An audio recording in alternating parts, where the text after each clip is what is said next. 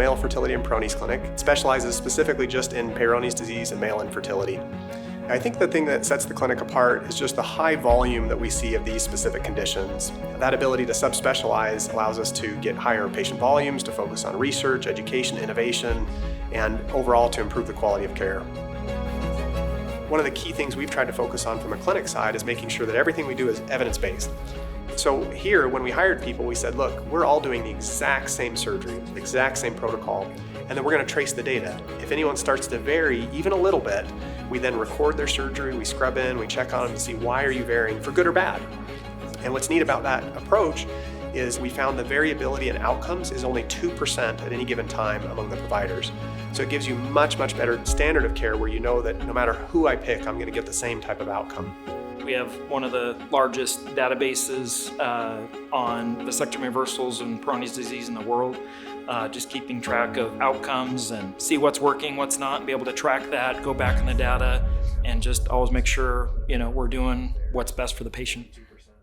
With vasectomy reversals, we do close to 1,000 or even sometimes more than 1,000 per year here. If it's a slight variation, whether it be due to like a certain amount of suture tension or the way that they're throwing the suture, then we can tell if that's providing us with higher success rates. I think we're one of the first clinics that has done a lot of these surgeries just under local anesthesia. It really benefits for patients, especially to where we have a lot of patients traveling from out of state. It's a quick recovery. They're able to fly home either day of or even the day after the procedure.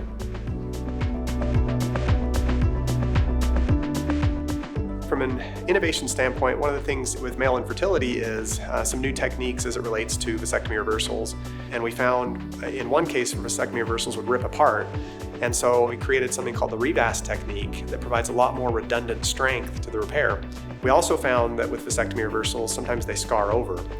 And we found that a drug called prednisone allows you to have a much better outcome long term. Prednisone has been something that's been used for many years in vasectomy reversals, but there was no research into proper dosing or when or how long or when to give it. So doing the randomized clinical controlled trial combined with the database allowed us to figure out what's the optimal way to approach prednisone therapy after a vasectomy reversal. With being able to actually introduce a low-dose prednisone protocol, what we've been able to establish is the actual sperm concentration is higher in those with the low-dose prednisone dosing. Also, what we have found is likely more detrimental are those who are in the high prednisone group. Those individuals tend to do worse when compared to high and low dosing of prednisone post-reversal. Fertility in general is tricky because it's expensive, and couples are often at a stage in their life where they don't have a lot of money. So we decided to set that side of the practice at cost, where we don't make any profit on it. Because of that, it leads more people to come, which improves our outcomes, and it's just been a real wonderful situation overall. From a medical device standpoint, we've had a chance to innovate in a couple areas. We developed something called RestoreX. It's a traction device that addresses Peyronie's disease.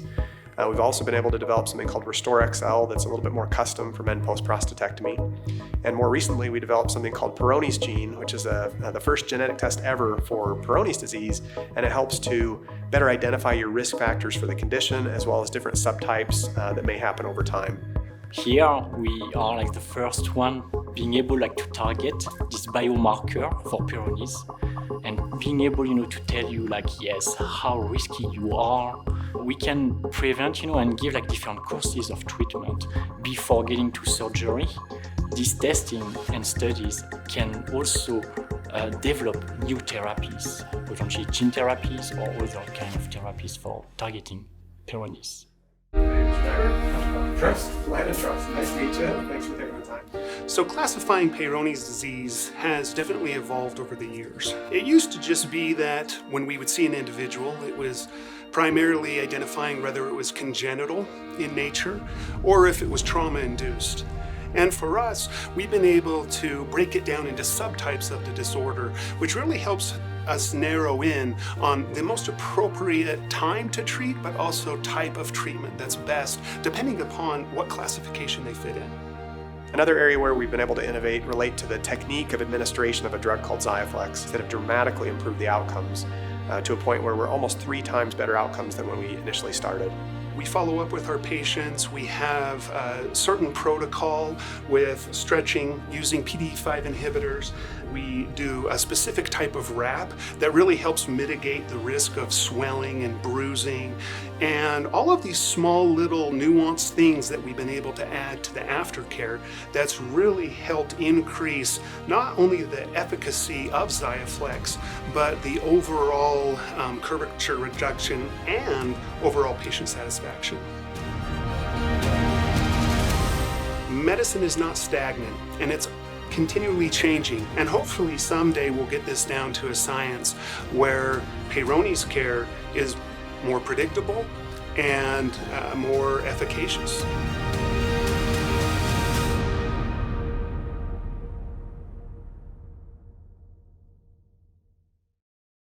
Thanks for watching, but now an important disclaimer.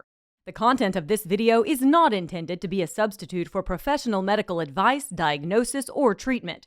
Viewers should not disregard or delay in obtaining medical advice for any medical condition they may have and should seek the assistance of their healthcare professionals for any such conditions.